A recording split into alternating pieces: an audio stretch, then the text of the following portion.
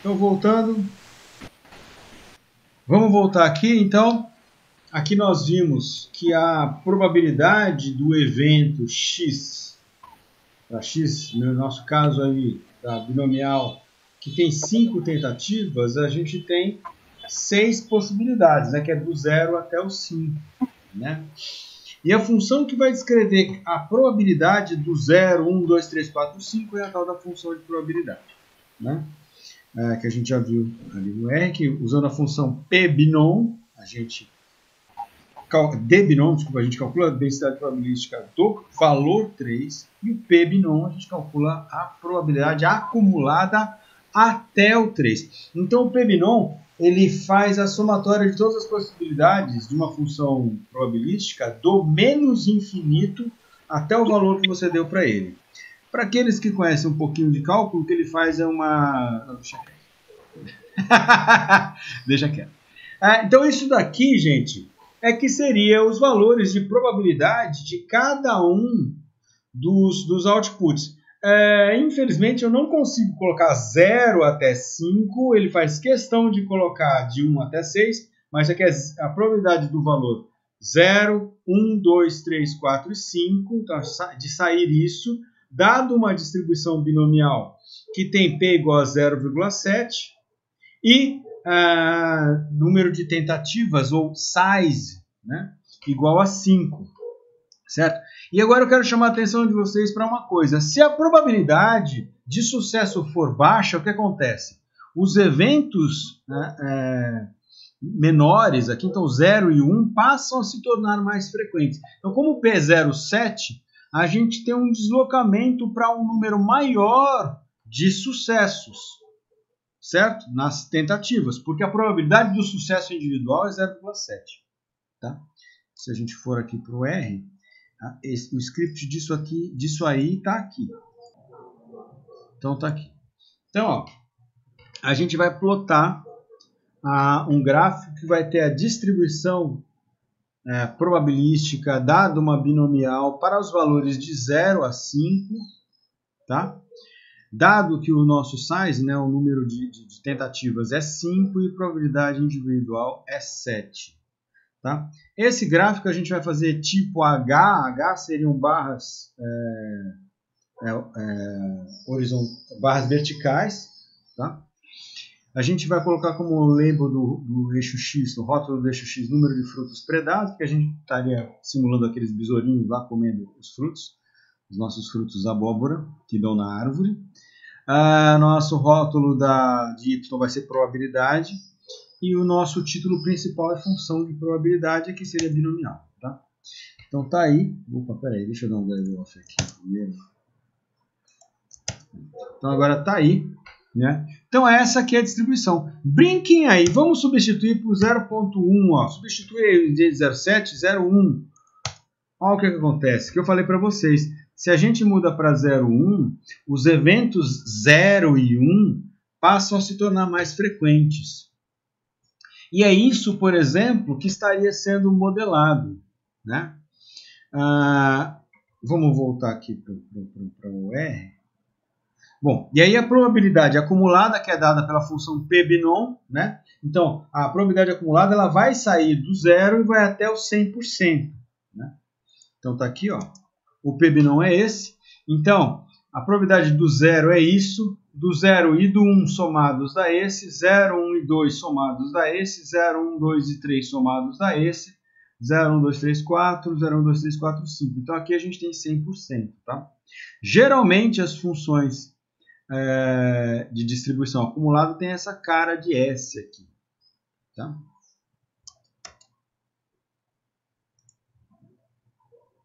Então tá aí, né? A nossa função de probabilidade acumulada, né? Que vai ser muito útil aí em testes estatísticos. Se a gente for para uma distribuição contínua, como a normal, a coisa muda um pouco de figura. Né? Mas o princípio é o mesmo. Então, por exemplo, a probabilidade de um evento qualquer, na distribuição normal, o que acontece? Ela é contínua. Então, para todos os números possíveis, tem uma probabilidade. Então, ela vem lá do menos infinito, vai até o mais infinito. Menos infinito vai ter probabilidade 0, praticamente. né?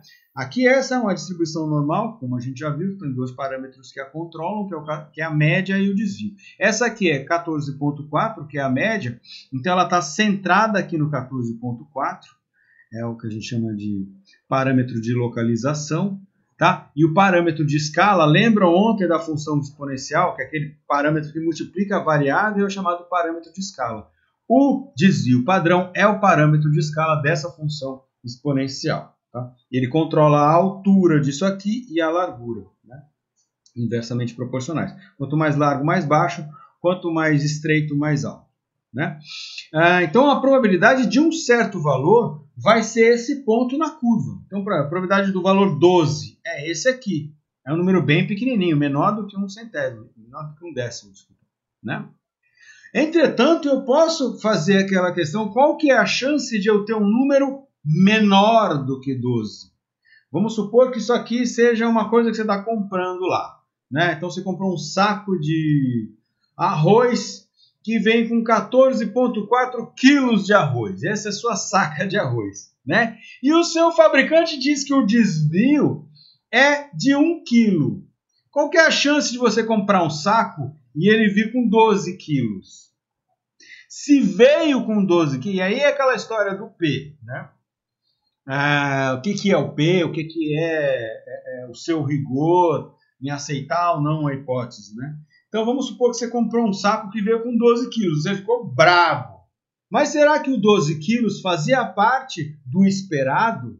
E aí o esperado significa 95%, vamos supor que o seu esperado seja 95% de todos os valores possíveis, né? Das probabilidades de todos os valores possíveis. Então, o que significa 95%? No caso dessa distribuição aqui, o valor que corresponde a 95% seria o número aqui em x, que corresponde já a 95% de todas as possibilidades. Aqui é a mesma coisa. Só que ao invés de eu ter somente as possibilidades 11, 12, 13, eu tenho todas as contínuas possibilidades aqui dentro. Então, se eu somar essas várias alturas aqui, o que eu vou ter vai ser uma área. Então, diferente desse aqui que eu posso somar as alturas, aqui o que eu faço é computar a área debaixo da curva. Então, a área debaixo da curva ela me dá a probabilidade acumulada daquele evento, do menos infinito até aquele evento. Então, eu posso perguntar qual que é a probabilidade de encontrar o 12. Então, eu vou lá no R, denorm de 12, dado que a média é 14 e o desvio é 1. Mas qual que é a chance de encontrar esse valor? Então, é o pnorm, dado 14, média 14 e desvio 1.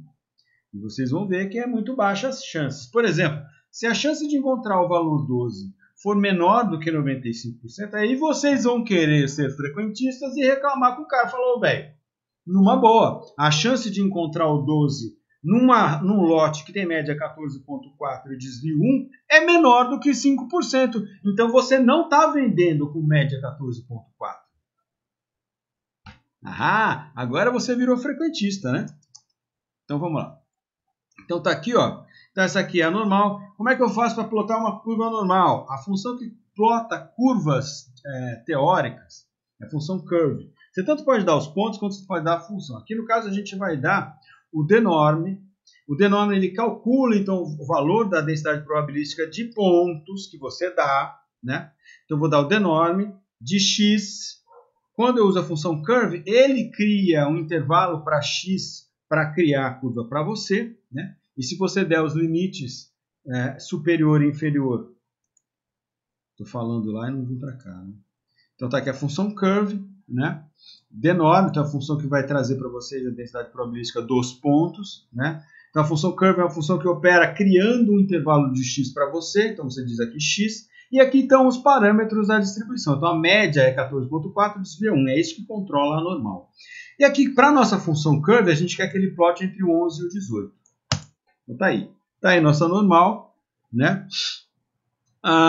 Então, de novo, né? Se eu quero saber qual que é a probabilidade de encontrar o valor, qual que a gente estava discutindo lá mesmo? O 12. Então, qual que é a probabilidade do 12? Então, eu venho aqui em denorme, 12. A probabilidade de encontrar o 12 é 2%, é menor do que 5%. Então, se o cara te vender um saco de 12 quilos, quando a média era 14, você pode ir lá reclamar? Sim. Na verdade, se o cara te vendeu, você não devia... Porque assim, o 95%, no caso da distribuição normal, significa 2,98 desvio padrão para cima ou para baixo. Tá? Ou 3, vai. 3 desvio padrão para cima. É isso, 3, enfim. Mas é o número de desvios padrão para cima e para baixo. Então, algo que está além disso, além desses 95%, você vai desconfiar que não faz parte daquela distribuição. Então, o cara colocou menos arroz no saco para te vender mesmo. Tá? Se eu quiser saber a probabilidade do valor 15, para essa média de 14,4, então encontrar um valor de 15 é 33%.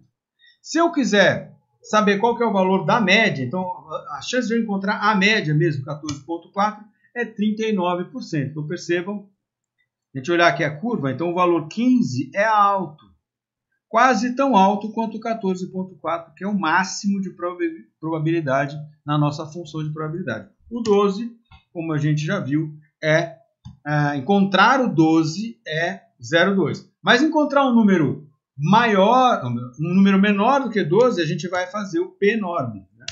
Que é a chance de encontrar um número menor do que 12 é 8 em 1000. Pode reclamar numa boa. Então tá aqui, ó,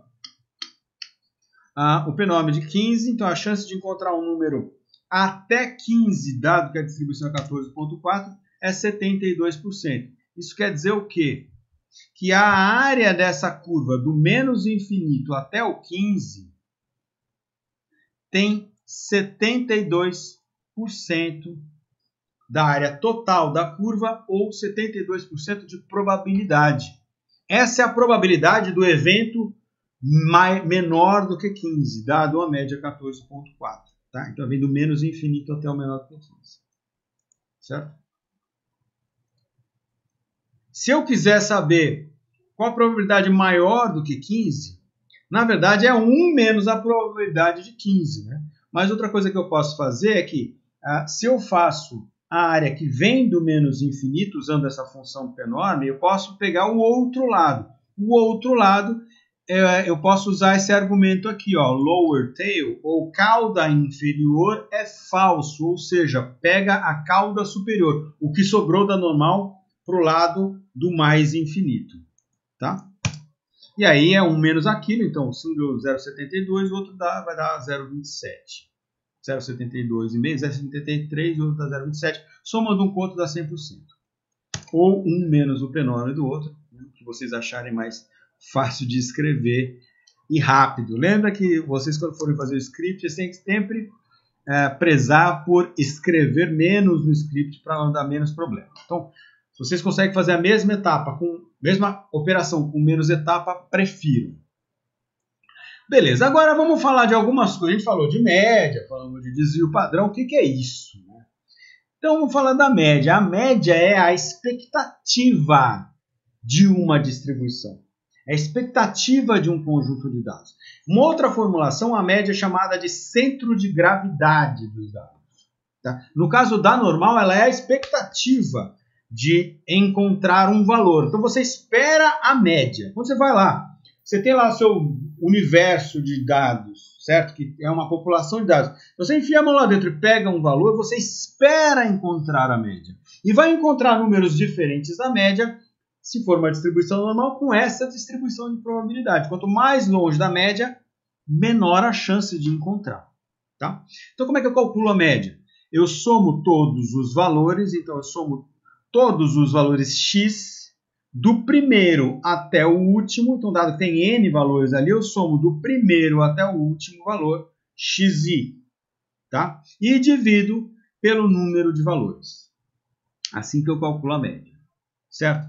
Agora, vamos supor que vocês foram lá no trabalho de vocês. Então, tá lá. O primeiro elemento deu... Não é normal, hein?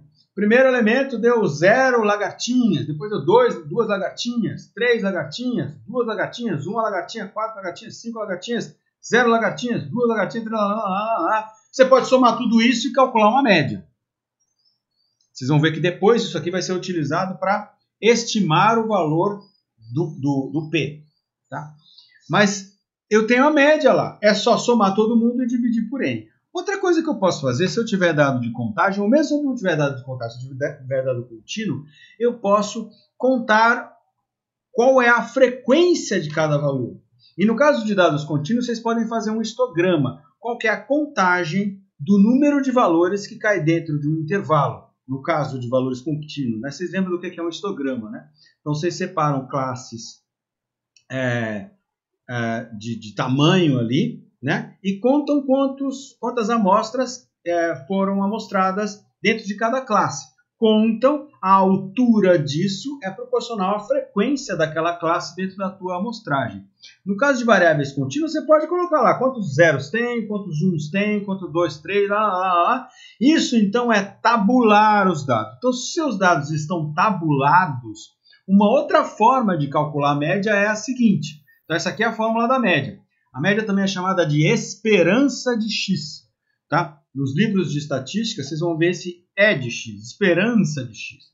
Então, a somatória de I indo do primeiro até o enésima amostra, né? Para N amostra, do xi.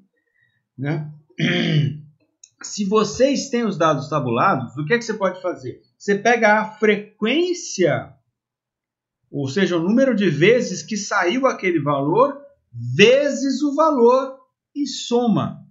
Então, isso aqui é a mesma coisa que somar a frequência do valor x vezes o valor x. Então, por exemplo, se tinha 30 zeros, é 30 vezes zero. Quando você for calcular a média, você vai somar os 30 zeros, é a mesma coisa que 30 vezes zero. Tinha 21, você vai somar 20 vezes. Ou 20 vezes 1. Tá? Você vai somar, isso é 20 vezes 1. Tá? Então, se você somar as frequências de x vezes x e dividir por n, também dá a média. Tá? Beleza. Você pode tirar aqui o x em evidência. Acontece que a frequência do valor de x pelo total é o que a gente vai chamar de probabilidade do valor x, ou a sua estimativa da probabilidade do valor x, não é? Isso aqui é frequência, contagem, dividido pelo total, vai dar a proporção, ou a sua estimativa da probabilidade. Né? Ou seja, eu posso calcular a média somando as probabilidades de x que podem vir lá da minha função de distribuição, vezes os valores de x. Então, se eu tenho x 0, 1, 2, 3, 4, 5, eu posso pegar o meu p de x, meu p de 0 vezes 0, mais p de 1 vezes 1, p de 2 vezes 2, p de 3 vezes 3, p de 4 vezes 4, p de 5 vezes 5. Somo todo mundo, o que eu tenho? Eu tenho a média. Tá? Então, a média pode ser calculada desta forma e pode ser calculada desta forma também. Tá? Então, aqui, no caso da binomial, eu tenho aqui, essa é a proporção, ou probabilidade, tá? Da saída, aqui é 2, tá? É 0, 1, 2. Então, essa aqui é a probabilidade do 2 vezes o 2. Para eu saber a média, o que eu faço? A probabilidade do 0 vezes o 0, probabilidade do 1 vezes o 1, a probabilidade do 2 vezes o 2, mais a probabilidade do 3 vezes o 3, probabilidade do 4 vezes o 4, mais a probabilidade do 5 vezes o 5. Então, isso me dá a média dividido por n. Tá? Então, beleza. Então, é a minha somatória das probabilidades de x vezes x. Tá? No caso de distribuição contínua, que a gente fez um histograma, aí a coisa é um pouquinho diferente, né? Porque, como é que eu vou fazer? Então, o que eu fiz? Eu separei num intervalo para fazer o meu histograma. Vamos chamar esse intervalo aqui de ΔX, tá? Em homenagem à notação que foi criada foi apresentada em 1700 não, 1678 pelo Leibniz, tá? Que ele apresenta isso como ΔX, tá? Então, vamos supor que a gente divide o nosso intervalo aqui em deltas x, certo? Então, a gente tem ΔX, e aqui que a gente tem essa altura aqui, ó, é a probabilidade de x. Então, para o caso de uma função contínua, que você fez um histograma, você pode pegar essa proporção, multiplicar por ΔX, o que você tem? Você tem a área deste retângulo aqui, vezes o valor de x. Então, se você somar esse retângulo vezes o valor de x aqui, mais esse retângulo vezes o valor de x aqui, mais esse retângulo vezes o valor de x aqui, mais esse retângulo vezes o valor de x aqui, e somar todo mundo e dividir pelo seu n, você tem, então, uma estimativa da média. Se o seu ΔX é meio, fica um troço assim. Você percebe que você deixou escapar um monte de área aqui, né? Se você diminuir o ΔX, aqui é o ΔX para 0,05. Olha só como você está bem mais próximo. No limite, se seu ΔX tende a zero, ao invés de você ter uma somatória, na verdade o que você tem aqui é uma soma que te dá exatamente a área. O ΔX tendendo a zero, a gente vai chamar aqui de dx, tá? Então, e esse S de somatória aqui, que também foi, esse símbolo também foi trazido para nós pelo Leibniz, ele significa o cálculo desta área aqui, tá? O cálculo desta área aqui, na verdade, entre este valor e esse. Tudo bem? Entre o primeiro valor e o último. Nesse caso aqui, se vocês sabem um pouquinho de cálculo, na verdade isso aqui é menos essa somatória, tá? Porque essa somatória aqui, na verdade, ela representa do menos infinito até aqui. Aqui eu estou vendo é daqui até o mais infinito, então é para o outro lado, tá? Então, no caso de distribuições contínuas, a gente não conseguiria usar uma fórmula tranquila como da distribuição discreta, mas é tranquilo também porque a gente usaria esse tipo de coisa aqui. Isso aqui chama integral. Tá? E no caso de várias das funções de probabilidade, a gente sabe quanto que dá a integral calculada dentro dos valores de x. Tá? Beleza. Então, se a média era a esperança de x, tem uma outra coisa. Então, a média também é chamada de primeiro momento de uma distribuição. Isso aqui não vai servir para muita coisa. Vai servir para vocês se vocês forem ler livros de estatística. Então, eu vou falar isso aqui que é o segundo momento, né? Ou a esperança de x elevado ao quadrado. A esperança de x elevado ao quadrado, que é chamado de segundo momento de uma distribuição, ela é um dos termos que é usado para o cálculo da variância. Ela é um componente da variância. Então, se o primeiro momento da distribuição é a média, o segundo momento ele é uma expectativa da variância. E a variância, então, ela expressa esse espalhamento da tua curva de distribuição. Então, a esperança de x ao quadrado, se a gente usar a mesma fórmula de x, ela vai ser a somatória das probabilidades de x vezes x ao quadrado. Se é a outra lá. Para distribuições contínuas, seria essa integral de p de x vezes x quadrado. Vamos botar isso aqui nessa forma. Então, a esperança de x menos a média dos desvios entre x e a média elevados ao quadrado. Isso aqui é o quê? É a variância vezes n menos 1, né?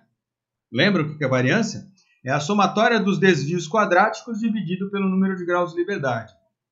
Isso aqui é a esperança, ou é a somatória, é a média que eu espero dos graus, a média que eu espero dos desvios quadráticos. Isso aqui é exatamente a variância. Não tem nada de dividir pelo desvio n mais 1, porque isso aqui é a esperança desse valor. Tá? Então, esperança de x menos esperança de x menos esperança de x ao quadrado, certo?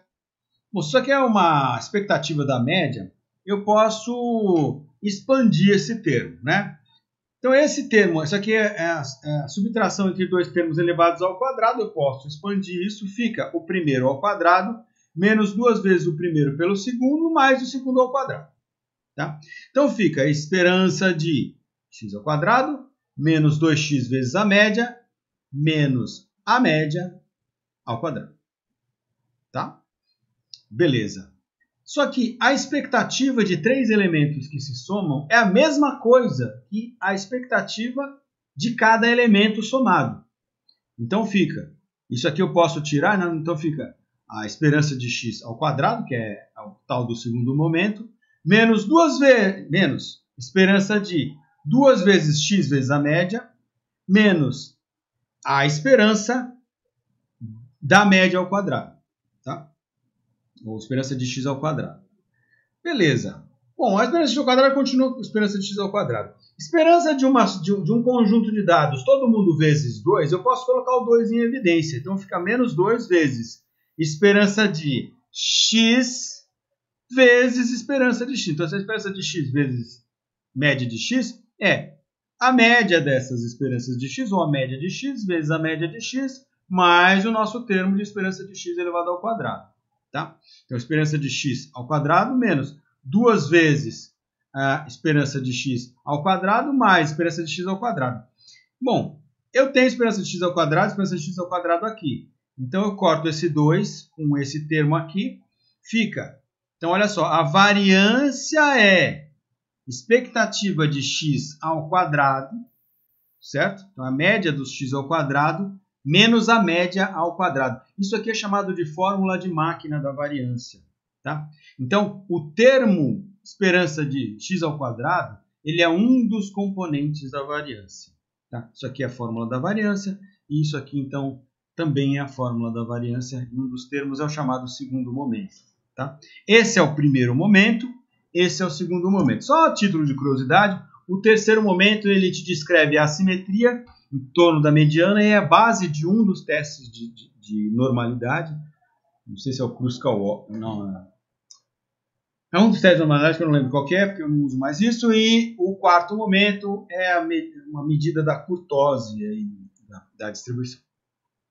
Como é complicado eu comparar o segundo momento com o primeiro momento, né? Então comparar a variância com a média é complicado porque elas estão em unidades diferentes. O que a gente faz é tirar a raiz quadrada da variância, que é uma grandeza conhecida como desvio padrão, tá? Outra grandeza que a gente usa para descrever o espalhamento é o coeficiente de variação, que ele é uma relação entre o desvio padrão e a média. Então, quanto aquele seu desvio padrão corresponde em valores da média, tá? Beleza. Dito isto tudo, vamos falar de algumas distribuições úteis para nós. Primeiro, algumas discretas, que a gente já viu até agora, distribuição binomial. Então, a distribuição binomial, ela descreve para um lote de tentativas, dado que o sucesso de cada tentativa é descrito por P, então um lote de N tentativas, quais são as probabilidades de sair X sucessos, sendo que o X varia entre 0 e N. Tá? Então vai ser muito útil para experimentos de predação, onde você tem um número fixo ali de amostras que estão sendo predadas, esses experimentos aí de remoção, de predação, alguns experimentos de presença e ausência vão ser bem descritos pela distribuição binomial. Toda vez que você tem, então, um output que é número de sucessos e número de fracassos. Tá? É aí que você vai ter, então, a distribuição binomial. Quando você tem uma única tentativa, a sua distribuição binomial ganha um nome especial. Ela é a distribuição de Bernoulli. E eu não sei qual dos dois Bernoulli que deu origem a essa distribuição.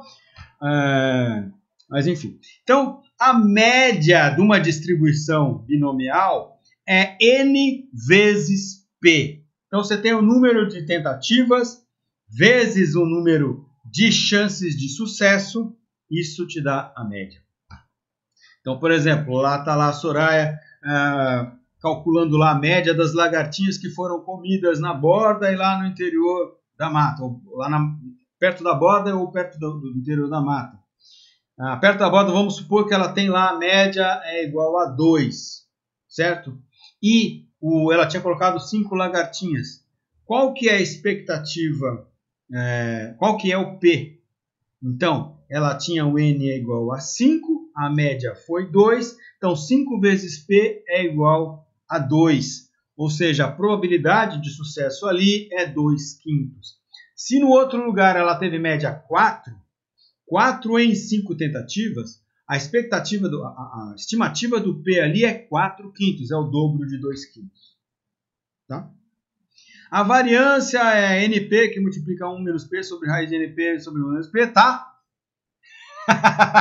No R, mesma coisa, D, P, Q ou R, binom. Então, o D, binom, ele calcula a densidade probabilística daquele valor. O P, binom, ele calcula a probabilidade acumulada de menos infinito até aquele valor. O Q, binom é diferente. O Q, binom, você quer saber qual que é o valor em X que corresponde àquela quantidade da área. Por exemplo, eu quero saber qual que é o valor em X que corresponde a 75% das possibilidades. Então, você vai dar um Q binom de 0,75 e dar os parâmetros da binomial. Os parâmetros da binomial, então, são size... Fala. Desculpa te interromper, é porque eu estava aguardando a dúvida. Não pode ser um momento oportuno, mas eu vou perguntar assim mesmo para não levar a dúvida mais para Fala. frente, desculpa. No meu caso, por exemplo, né, óbvio que eu vou trazer para o meu caso, eu tenho uma probabilidade, aí não ria, porque eu estou com vontade de chorar. É, tem a probabilidade de encontrar baseado num controle, que seria a buscativa. E aí eu jogo um protocolo que é, eu quero comparar essa probabilidade com esse controle. Obviamente que seria distribuição binomial, mas aí eu tenho que, na minha equação, eu tenho que fazer ausência e presença, no caso, como uma variável não discreta, né? A ausência e presença não é mais que isso, é 0 e 1, é binário, e eu Tati, tenho então, que... essa distribuição não serve para você por um motivo muito simples. Você tem um número fixo de tentativas? Não, é isso que eu ia chegar nesse P, eu não Então, a tenho. binomial não serve para você. Porque, na verdade, o que você tem não é um número fixo de possibilidades. Você tem infinitas É possibilidades. isso. Você tem do zero até o mais infinito de chances de encontrar o bicho ali. Não, de abundâncias Aí possíveis de pronto, serem então, relatadas. Então, a binomial não serve para você. Uma distribuição aí que bom, professor. discreta serve para você? Sim. Tem duas distribuições que a gente vai ver daqui a pouco que podem servir para você. Entretanto, o Ok. seu caso é um caso de distribuição que vai ser inflada de zeros porque tem o fenômeno da não detecção, e a não detecção porque o bicho não está nos substratos não consolidados, e quando ele está, aí ele tem uma distribuição que é a distribuição dele. Se ela for aleatória, vou falar daqui a pouco. Se ela for agregada, vou falar logo depois. Ok. Tá? Tá bom, professor, obrigada. Desculpa a interrupção. De nada, mas assim, é importante, porque agora é a hora da gente tentar encaixar os nossos sistemas a alguma distribuição de valores. Né? Eu Tem via que não me certo. encaixava, aí eu fiquei nessa dúvida. Falei, não, eu não acho que não encaixa. E assim, eventualmente a gente vai ter alguns problemas de que algumas, por exemplo, no seu caso é contagem, então os dados são discretos, né? Sim.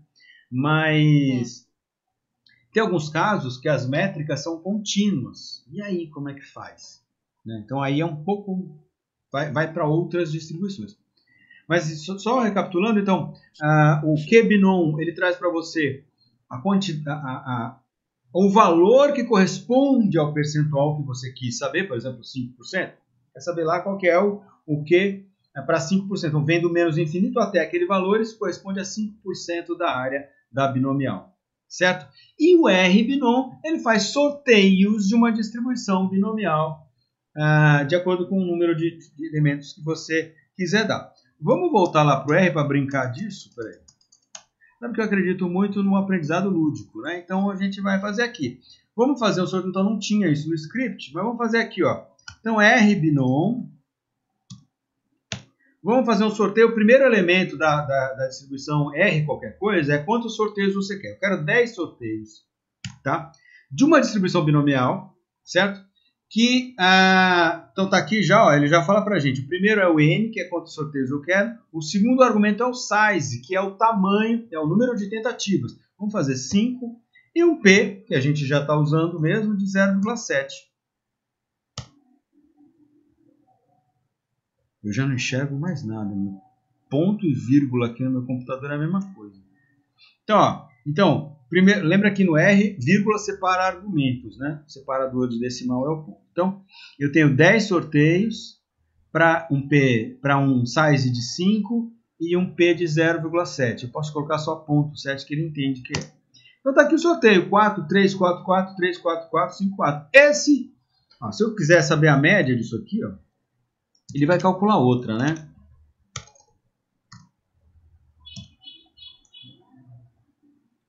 A média, eu espero que seja N vezes P, que no caso é 3,5, né? 5 vezes 0,7. 3,3. Se eu rodar de novo, ele vai fazer outro sorteio. 3,5. Se eu rodar de novo, 3,5. Deixa eu falar um negócio para vocês. Super legal, né? Olha quantas médias. Tudo ali em torno do 3,5. Tem um teorema chamado Teorema do Limite Central. Então, o que eu sei que a distribuição é binomial.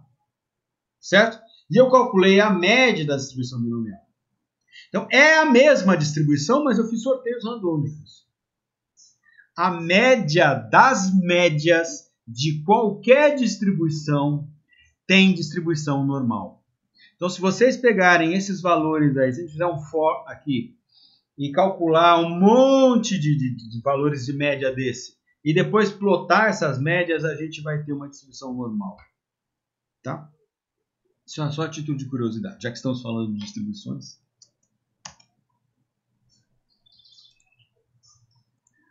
Distribuição de Poisson. Então essa aqui começa a ficar mais adequada para Tati e para um monte de gente, porque ela vai descrever a distribuição de acertos, de encontros, de contagem em um dado tempo, espaço, ou armadilha, ou unidade de esforço amostral finito.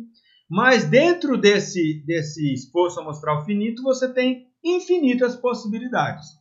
Óbvio que se o seu esforço amostral é menor, o que acontece? A média de eventos vai diminuir, certo? Mas ele admite do zero até o mais infinito contagens. Então, se você está lá fazendo focal lá, né? Então você vai na tua árvore e olha quantos polinizadores, né? Qual a frequência de visitas de polinizador por unidade de tempo, vai cair aqui. Se você tem lá uma amostra de área fixa, vai cair aqui. Enfim, quer dizer, nem sempre vai cair aqui, porque a gente vai ter outra coisa. Só que ele pressupõe que seu evento tem distribuição aleatória dentro da tua amostragem. Então, por exemplo, no caso lá de Tati, que os bichos podem estar agregados, né? Se ela aloca as parcelas aleatoriamente, vai ter um monte de zero e alguns que vão ter os bichos, certo? Então, não é aleatório. Então, Poisson também não serve para ela, tá? Poisson serve para mim se eu tiver uma espécie que tem distribuição aleatória nas minhas parcelas de amostragem de árvores. Só para essas. Aquelas que têm distribuição de agregado, Poisson não serve. E ela é descrita por exponencial de menos a média. Então, a chance de eu ter N sucessos, por exemplo, vai ser exponencial de menos a média vezes a média elevado a N dividido por N fatorial. Tá? Há uma outra parametrização que é a média ser o número de sucessos que você teve lá, o número de visitas, etc., vezes o tamanho da sua unidade de amostragem, ou vezes o tempo, por exemplo. Então, vamos supor que seja o número de visitas por tempo, então é R vezes T, então é exponencial de menos RT vezes RT elevado a N. Então, a chance de encontrar aquele N sucessos dado aquela média. É a mesma coisa, na verdade, aqui, tá? É só que o lambda foi obtido através dessa multiplicação de R vezes T. O parâmetro que descreve a Poisson é um só, a média, lambda. Tá? A gente usa o sigma lá, né? O sigma minúsculo para designar o desvio padrão. No caso de Poisson, a gente chama a média de lambda, tá? Mas é a média, certo? Então, a média dos seus valores é o que descreve a distribuição de Poisson. Então, o que ela descreve?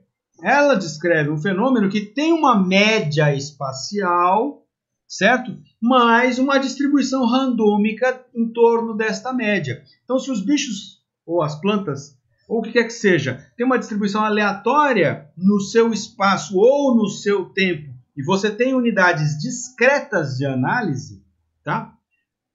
Eles vão seguir uma distribuição de Poisson. Tá bom? Então, mesma coisa no R. a gente tem a densidade probabilística de Poisson, então dado um certo lambda, a probabilidade de valores de menos infinito até aquele valor dado um certo lambda, o percentual da área, o percentual da área não, o percentual das probabilidades, o número que corresponde àqueles % das probabilidades que você quer saber, dado um certo lambda, ou sorteios dados, sorteio da distribuição de Poisson dado um certo lambda. Eu não tenho aí os exemplos, né? Mas assim, eu sugiro a vocês ir lá no R e tentar gerar. Vamos lá, vamos falar por R. Vou sugerir não, vamos fazer, né? Então vamos aqui, ó. Eu quero saber qual que é a probabilidade em Poisson depois não, agora, de encontrar o valor 3, dado que o lambda é 5, certo? Está aqui. Diferente da binomial, que você tem que dar o size e o P, ou da normal, que você tem que dar a média e o desvio, Poisson você só precisa dar o lambda, tá? Porque a variância é igual à média. Então está aqui. A chance de eu encontrar 3 indivíduos quando a média é 5 é 14, dado uma distribuição de Poisson. A chance de encontrar 5 indivíduos é 17%. Tá?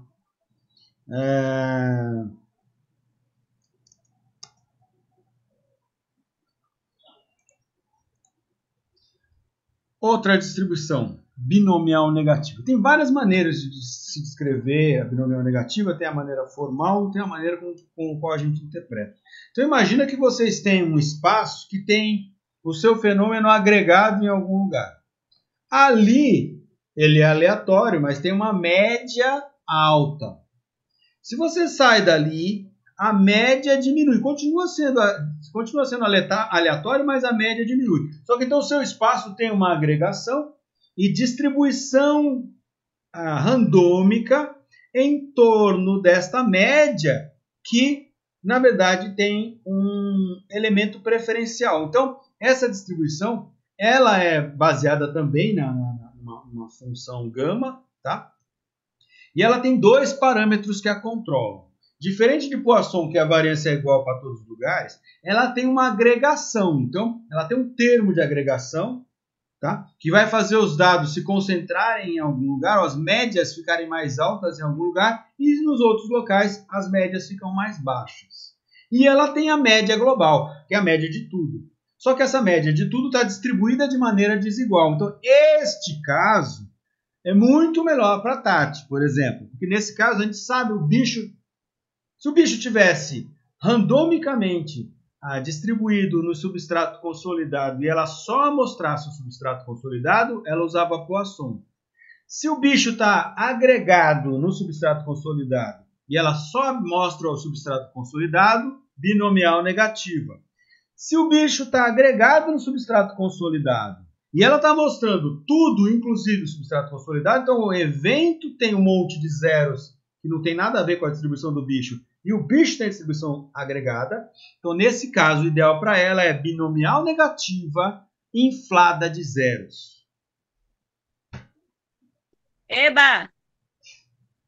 E o que é que a binomial negativa te traz? Te traz 2 parâmetros. Um parâmetro de agregação, né? Que aí ele é complicado de interpretar. Eu nunca vi uma interpretação boa num trabalho de ecologia. Um monte de gente usa binomial negativa, mas todo mundo esquece, né? Por quê? Porque vai atrás da média. Porque é isso. Imagina que você está lá fazendo esse mesmo tipo de experimento, com esse mesmo protocolo, numa área que tem pouco coral e uma área que tem muito coral. O que acontece? O que você está medindo, no final das contas, estimando, o que te interessa é a média. E, de certa forma, a agregação para você está fingindo que não está vendo. Mas a agregação também poderia ser uma resposta interessante. Porque a agregação muito elevada numa certa área, ela pode te trazer dificuldades de detecção. É muito mais fácil encontrar algo que está por aí, certo? Do que algo que tem muito, mas está super concentrado. Se você não passar lá perto, você não vê. Então, muito pouca gente faz interpretação do parâmetro de agregação da binomial negativa. Eu convido vocês a começarem a fazer. Tá? A binomial negativa é só uma parte. E a binomial negativa inflada de zeros, muitas vezes são usadas para modelar dados que são contínuos, que não são discretos. Tá? É possível de fazer isso? É possível de fazer isso. Por que isso é feito? Isso é feito muitas vezes para o caso de fenômenos que você está analisando lá, que tem uma dispersão muito grande, que você não consegue usar Poisson, porque Poisson necessariamente a média é igual à variância. Tá? Então, se você tem uma assimetria de variância e a variância é muito grande, a gente tem um fenômeno chamado superdispersão. E aí, essa superdispersão, ela de alguma maneira pode ser modelada utilizando a binomial negativa. Então, vocês vão ver muita regressão binomial negativa por aí. E o pessoal diz que a binomial negativa pode dar conta da superdispersão, porque ela consegue, a binomial negativa consegue dar conta desse parâmetro de agregação. O parâmetro de agregação faz com que você tenha o quê? Se você tem várias amostras aqui, você vai ter muito zero e muito de valores altos. A sua variância é enorme, viu, Pedro? Então, é isso que a binomial negativa traz, uma variância enorme comparada com a média. Quando a variância é igual à média, você pode usar Poisson. Quando a variância é muito maior que a média, você vai ter que usar binomial negativa. E o fato de ter a agregação dos valores, né, então muito altos e muito baixos, é um indício de que realmente o sistema pode ser descrito por uma binomial negativa. Uma formulação matemática ou a formulação formal é a série de tentativas binárias independentes com probabilidade de sucesso P é o número de tentativas até obter um sucesso. Ela é descrita por esta fórmula aqui. Ou ainda, ela é uma gama de k mais x dividido por uma gama de k vezes x fatorial. A função gama... Eu tenho até um livro aqui sobre a função gama. A função gama é uma função muito bacana, tá? Se vocês quiserem estudar mais sobre ela, recomendo. A função gama, ela é, de certa forma, a extensão da função fatorial para todo e qualquer número, não só os inteiros, né? Então, fatorial a gente usa para inteiro, a função gama estende essa ideia para outros números. No R, então, a gente tem o D, P, Q, R, N binom. Você precisa dar dois parâmetros, né? O parâmetro da média e o parâmetro da agregação, então, mesma coisa. Você quer qual é a chance daquele valor ser de uma distribuição binomial com aquele parâmetro de agregação e aquela média, né? Tem outras formas de se parametrizar ela, né? Essas duas formas aqui. A média dela é isso aqui, a variância é isso aqui, o coeficiente de variação é isso aqui, certo? Aqui eu fiz algumas simulações, né? Então, a probabilidade dos valores 0 até 10... Dado que a nossa distribuição binomial tem o parâmetro de agregação 1 e média 5. Então, aqui o parâmetro 1 e média 5. Aqui, parâmetro de agregação meio e média 5. Percebam que é mais agregado. Um monte de zeros e pouquíssimos valores. Tá? E 0,1. Então, quanto menor o parâmetro de agregação, mais agregado, mais concentrados os seus valores estão. Né? Mais zeros você vai ter. Lembra que esse número 1 aqui é o zero, tá? E se você aumenta o seu parâmetro de agregação, a binomial negativa começa a aparecer com Poisson, e para números bem elevados do parâmetro de agregação, ela se torna muito parecida com a normal. Assim como o Poisson para médias muito elevadas, tá? Poisson com média 1, certo? Ele é bem assimétrico. Poisson com média 10, 20, ele é bem simétrico. E você poderia usar a distribuição normal tranquilamente, tá? Por que você poderia usar a distribuição normal tranquilamente? Lembra que isso aqui, ó, isso aqui tem a ver com a probabilidade, tá? Então, ou seja, essa probabilidade ela é super assimétrica. Nesse caso aqui, encontrar um valor zero é muito provável. Uma probabilidade normal, ela assume que você pode encontrar o zero, encontrar o menos 1, encontrar o menos 2 de maneira contínua. E ela é simétrica para os dois lados da média. Tá? E Poisson binomial negativa, não. A não ser que as médias sejam elevadas, e no caso aqui, da binomial negativa, o parâmetro de agregação seja elevado também. Tá? Então, para distribuições com parâmetro de agregação elevado, lembra que é o termo do parâmetro de agregação, não quer dizer a agregação. Tá? A agregação, se a gente voltar aqui para a fórmula, cadê o parâmetro de agregação?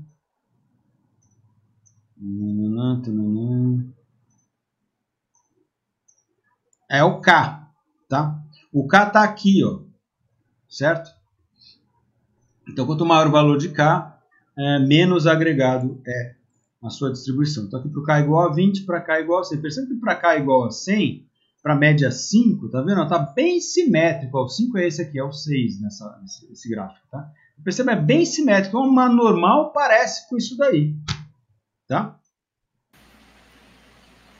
Você tem uma tabelinha assim para a gente grudar na parede com essas distribuições e características? Não, então, uma descrição dessas funções tem no Artbook do Crowley, tem nesse livro que você está lendo aí do Bolker. Ele dá uma geral sobre essas funções de distribuição, né? Mas assim, lembrar, né? Seu dado é discreto ou é contínuo? Seu dado é de contagem, ele é discreto, certo? Você teve lá um limite de sucessos possíveis e seu dado é do tipo sucesso ou fracasso ou uma contagem de presenças? Se for uma contagem de presenças, você vai lá para binomial ou binomial negativa ou Poisson. Se é contagem de sucessos, é binomial, certo? O seu dado, ali nas suas amostras, você tem uma média igual à variância? Ou há uma distribuição aleatória dos valores que você encontrou em torno de uma média? Pode usar Poisson. Tem uma agregação muito forte? Vai para binomial negativo. Tem muito zero? Vai ter que usar binomial inflada de zero, ou Poisson inflada de zero, ou binomial negativo inflada de zero. Ai, delícia. E se eu estou medindo outra coisa? Eu estou medindo a produtividade da seringueira. Aí a variável é contínua. Tá? Aí a gente vai para outras distribuições. Falaremos agora. Distribuições contínuas. Certo? A primeira que a gente vai falar é a normal. Né? Então ela é baseada no teorema do limite central, etc. Então várias outras distribuições, binomial negativa, Poisson, gama, etc., se aproximam de uma normal dentro de algum limite. Por isso que a gente usa a normal, mesmo quando a distribuição, teoricamente, não seria a mais adequada. Se a distribuição for simétrica, então, por exemplo, binomial para médias muito altas, ou binomial negativa para um fator de agregação K muito elevado, menos agregação, mas o fator K muito elevado, vocês percebem que ela se torna uma distribuição simétrica. Ou seja, estar mais longe da média para baixo ou para cima tem igual probabilidade. É isso que a normal te traz. A probabilidade ela vai diminuindo com a distância da média. Do mesmo jeito, para baixo ou para cima. É isso que é ser simétrico em torno da média. Fala. Como é que a gente sabe, olhando na distribuição de Poisson, que a média é alta e, por exemplo, a gente poderia usar uma normal no lugar de Poisson? Você calcula a média. Se a média vamos supor, você está usando abundância de aves. Se a média é mais que 10, já é alta. Tem mais de 10 aves? Já é alta. 20 aves? Bem alta. Se você usar normal ou a Poisson, não vai ter diferença nenhuma na hora de calcular o seu parâmetro. Tá? Porque a gente tá vendo hoje probabilidade. Amanhã, quinta-feira, a gente vai usar isso para calcular a probabilidade de um modelo. Tá? Então, hoje a gente está vendo a probabilidade de um evento. Probabilidade de X dada aquela função de distribuição. Só que quando você tem um modelo para ser ajustado, você tem vários X, que são os seus vários, as suas várias amostras. E aí, a probabilidade do teu modelo vai ser a probabilidade do teu modelo segundo este ponto, e segundo aquele ponto, e segundo o outro ponto, e segundo o outro ponto, e segundo o outro ponto. Por exemplo, no caso de Poisson, então, se você começa com uma média baixa e vai até uma média alta, no começo aqui ele vai ser modelado exatamente por Poisson, porque a simetria é elevada.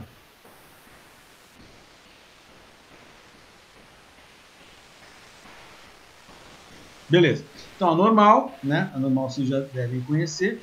Então, eu tenho dois parâmetros que definem a normal, que é a média e o desvio padrão, ou a média e a variância, e eles são independentes. Tá? Diferente de Poisson e diferente da binomial. Então, a fórmula é essa, 1 sobre raiz de 2π vezes sigma, sigma é o desvio padrão, sigma ao quadrado, isso que está errado.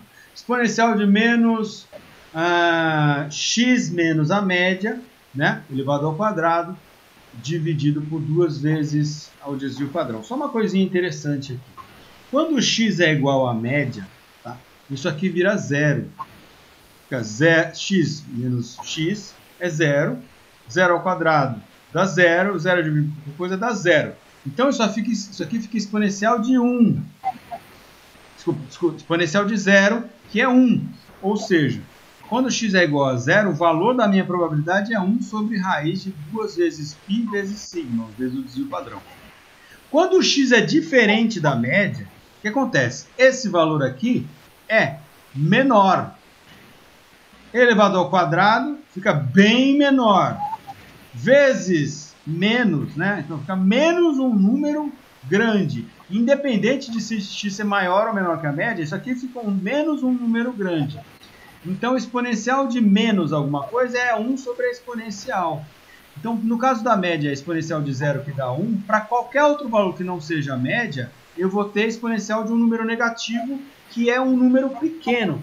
Ou seja, para qualquer número diferente da média, isso aqui diminui. E diminui exponencialmente. Tá? É por isso que a média é o ponto de... O lugar da média, eu tenho o ponto de máximo dessa função, e qualquer valor para baixo da média diminui a probabilidade, para cima da média diminui a probabilidade. Tá? No R, as funções são D, P, Q e R norma. Tenho que dar dois parâmetros, a média e o desvio. Né? A média e o desvio. Tá? O coeficiente de variação é o desvio dividido pela média. Distribuição gama, vamos deixar para lá. A distribuição gama vamos deixar para lá, porque é bem mais complexa, é uma distribuição que você consegue moldar, tal, usando esses dois fatores aí. Muita gente considera que isso é trapacear. Tá aí a fórmula, mas não vamos discutir a distribuição gama, tá? Mas o fato é que você conseguiria usar a distribuição gama para modelar coisas que têm fortes assimetrias, como, por exemplo, distribuições parecidas com as de Poisson ou a binomial negativa, né? Mas para valores contínuos. Tá? Ela é definida só para números positivos, como todas as distribuições de probabilidades. Né? Então, se eu tenho parâmetros de forma... Tem dois parâmetros que controlam, né? Forma e escala. Né? Forma, ela mostra aqui a forma da coisa. Uma das formas de interpretar esses dois parâmetros de forma e escala é, por exemplo, forma é igual a 3 e escala é igual a 2, é o número de tentativas até que ocorram 3 sucessos, quando a média de sucesso de cada tentativa é... Desculpa. Número de tentativas até que ocorram 3 eventos, quando a média de sucesso de cada tentativa é um sucesso a cada 2 tentativas. Então, o número de tentativas até que ocorram 3 sucessos, quando a média de sucesso de cada tentativa é um sucesso a cada 2 tentativas, ou meio, né? Então, isso significa a forma e a escala. Deixa para lá, não vamos brincar com ela hoje, tá? Aí eu tenho umas perguntinhas para vocês. Quais as distribuições que descrevem melhor os dados? Esses daqui. Experimento de remoção de ovos com um ovo em cada réplica. Medida de abundância de uma espécie capturada em armadilhas de queda alocadas aleatoriamente quando a distribuição da espécie é aleatória no espaço mostrado. Mesma coisa, porém a distribuição da espécie é agregada no espaço e as armadilhas foram aleatoriamente dispostas. Medidas de nitrogênio no solo em torno das armadilhas quando sua média é 25 mg por decímetro cúbico de solo. E o desvio é igual a 18 mg por decímetro cúbico de solo. E medidas de potássio quando a média é 25 mg e o desvio é igual a 97 mg por decímetro cúbico de solo.